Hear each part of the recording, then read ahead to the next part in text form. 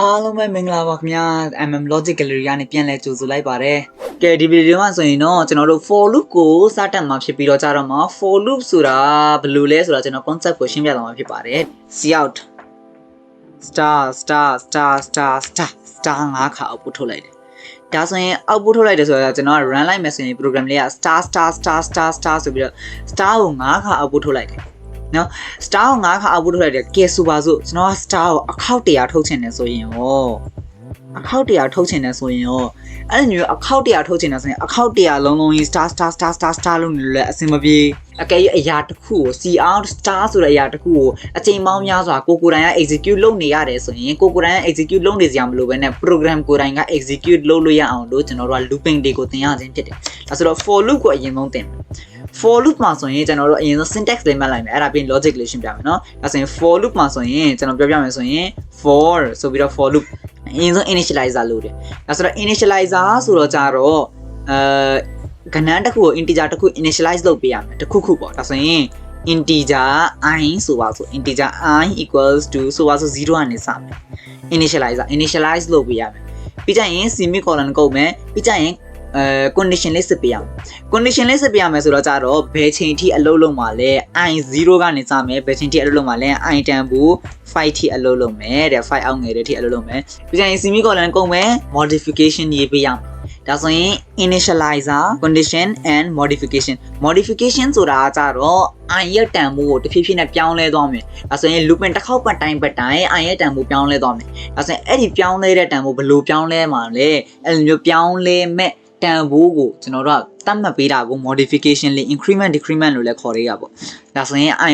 ဆိုပါစို့ဒါဆိုရင်ဒါကဘာသဘောလဲဆိုတော့ကြတော့ I တန်ဖိုး0ကနေစမယ် I less than 5 I တန်ဖိုး5အောက်ငယ်နေတဲ့ရွေးအလုံးလုံးမယ်ပြီးကြရင် looping တစ်ခေါက်ပြီးတိုင်း I ရဲ့တန်ဖိုးကိုတစ်တုံးမယ်ဒါဆိုရင်ဒီ initializer ကို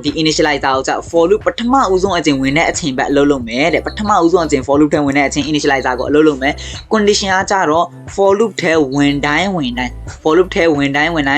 ဒီ condition ကိုစစ်မယ်ပြီးကြတော့ဒီ modification ကကြတော့ for loop ကနေထွက်တိုင်း for loop ကနေထွက်တော့မယ်ဆိုရင်ဒီ modification ကိုသူက proceed လုပ်သွားမယ်တဲ့နော်ဒါဆိုတော့ကြတော့ဘာလို့ for loop ကနေထွက်တော့မှသူက proceed လုပ်တာလဲဆိုတော့ဒါက post fix ဖြစ်နေလို့ post fix ဖြစ်တော့ကြတော့သူကကြတော့အကုန်လုံးဒီ for loop looping တစ်ခုလုံးပြီးသွားတော့မှသူကဒီ I ရဲ့တန်ကိုတစ်တိုးမှာပေါ့ဒါဆိုတော့ဒါကသူ့ရဲ့ concept လေးပေါ့ဒါဆိုတော့ cout ဆိုပြီးတော့ကျွန်တော်မှ I ဆိုပြီး I အောင် output ထုတ်ပြလိုက်မယ်ဒါဆိုရင်တစ်ခါလေးတည်သွားအောင် I ဆိုပြီးတော့ endl ဆိုပြီးတော့ output ထုတ်လိုက်မယ် output ထုတ်ပြီးကျွန်တော် run ကြည့်မယ်ဆိုရင်ပထမအကြိမ် I ရဲ့တန်ဖိုး0ကနေဝင်လာတယ်0ကနေဝင်လာပြီးတော့ကျတော့မှအဲ့ဒီ0ဆိုတဲ့တန်ဖိုးက I ရဲ့တန်ဖိုးက0ဆိုတဲ့တန်ဖိုးက9အောက်ငယ်နေတော့ကျတော့ condition မှန်တော့ looping ထဲဝင်မယ်ဝင်ပြီးရင် I ရဲ့တန်ဖိုးကို output ထုတ်မှာ I ရဲ့တန်ဖိုးဘယ်လောက်လဲ0က output ထုတ်သွားတယ်0က output ထုတ်တယ်0 output ထုတ်ပြီးရင်တစ်ချောင်းဆင်းမယ်တစ်ချောင်းဆင်းပြီးပြီဆိုရင်ပြန်ပြီးတော့ looping ပြန်ပတ်တဲ့အချိန်ကျရင်သူက for loop ကနေအပြင်ထွက်သွားတဲ့အချိန်ကျရင်တစ်တိုးမှ I ရဲ့တန်ဖိုးတစ်တိုး I ရဲ့တန်ဖိုး0ကနေ1ဖြစ်တော့ကျတော့ condition ပြန်စစ်မယ်1ဆိုတဲ့တန်ဖိုးက9အောက်ငယ်နေသေးတာဖြစ်တဲ့အတွက်ကြောင့်မလို့ condition မှန်သေးတယ် condition မှန်သေးတော့အထဲထဲကိုပြန်ဝင်လာမယ်ပြန်ဝင်လာပြီးတော့ I ကို output ထုတ်မယ် end ရဲ့တစ်ချောင်းဆင်းမယ်ဒါဆိုရင် I ရဲ့တန်ဖိုးက1နော်ဒါဆိုရင်1ဆိုပြီး output ထုတ်ပြီးရင် end ရဲ့တစ်ချောင်းဆင်းမယ်ဒါဆိုရင်ဒီမှာအတိုင်းပဲပေါ့1ဆိုပြီး output ထုတ်မယ် end ရဲ့တစ်ချောင်းဆင်းမယ်တစ်ချောင်းဆင်းပြီးရင် loop ကနေပြန်ထွက်မယ်ပြန်ထွက်တဲ့အချိန်ကျရင်သူက I တန်ဖိုး1တိုးရင်2ဖြစ်တော့2က9အောက်ငယ်နေသေးတော့ condition မှန်တယ်2 output ထုတ်မယ်ပြီးကြရင်တစ်ချောင်းဆင်းပြီးရင်အပေါ်ပြန်တက်မယ် item ဘို့တစ်တိုးမယ်တစ်တိုးသွားတော့ item ဘို့3ဆိုတော့9အောင်ငယ်နေသေးတော့3တစ်ချောင်းဆင်းအပေါ်ပြန်တက်ရင် item ဘို့4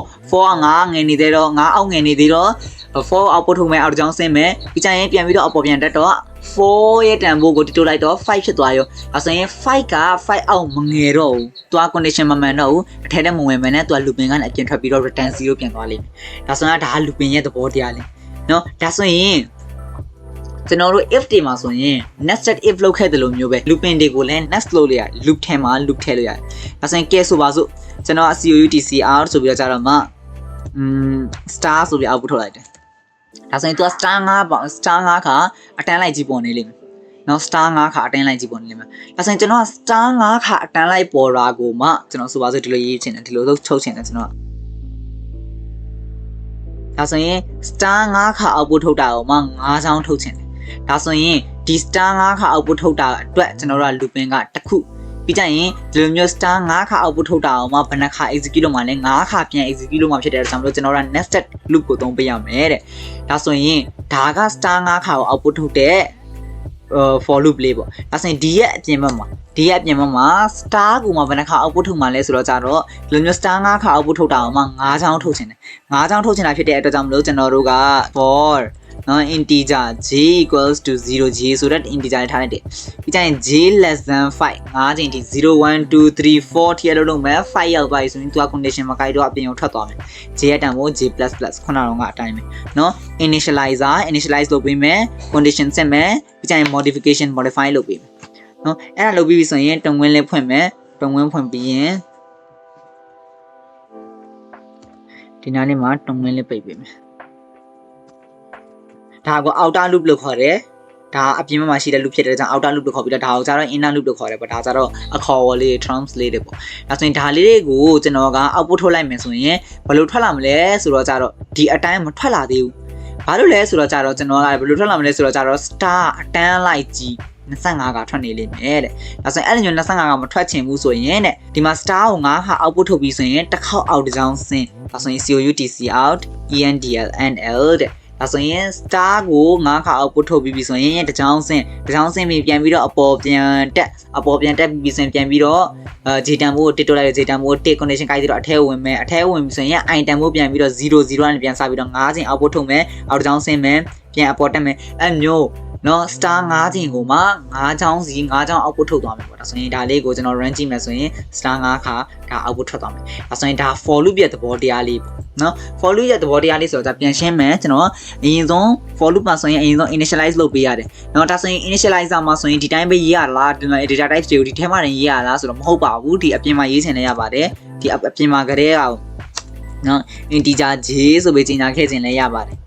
နော်အပေါ်မှာကလေးက j ဆိုပြီးကြီးညာခဲ့ခြင်းလည်းရဒါပေမဲ့ initialize ကဒီထဲမှာလုပ်ပေးရမယ်မလုပ်လို့လုံးဝမရပါဘူးဒီထဲမှာ initialize လုပ်ပေးရမယ်ဒါဆိုရင်ဒါကတော့ကျွန်တော်တို့ for loop ရဲ့ basic သဘောတရားလေးပေါ့ဒီဗီဒီယိုလေးပြီးရင်တော့ကျွန်တော်တို့နောက်ဗီဒီယိုမှာဆိုရင်ကျွန်တော်တို့ pattern question လေးတွေပေါ့ pattern question လေးဆိုတော့ကြတော့ဒီ star တွေကိုမှပုံစံအမျိုးမျိုးနဲ့နော်ပုံစံမျိုးရ tree ကန်ပုံစံလေးတွေ pyramid ပုံစံလေးတွေကြောက်ကြောပုံစံလေးတွေပုံစံအမျိုးမျိုးဖန်တီးပြီးတော့ကျွန်တော်တို့က C++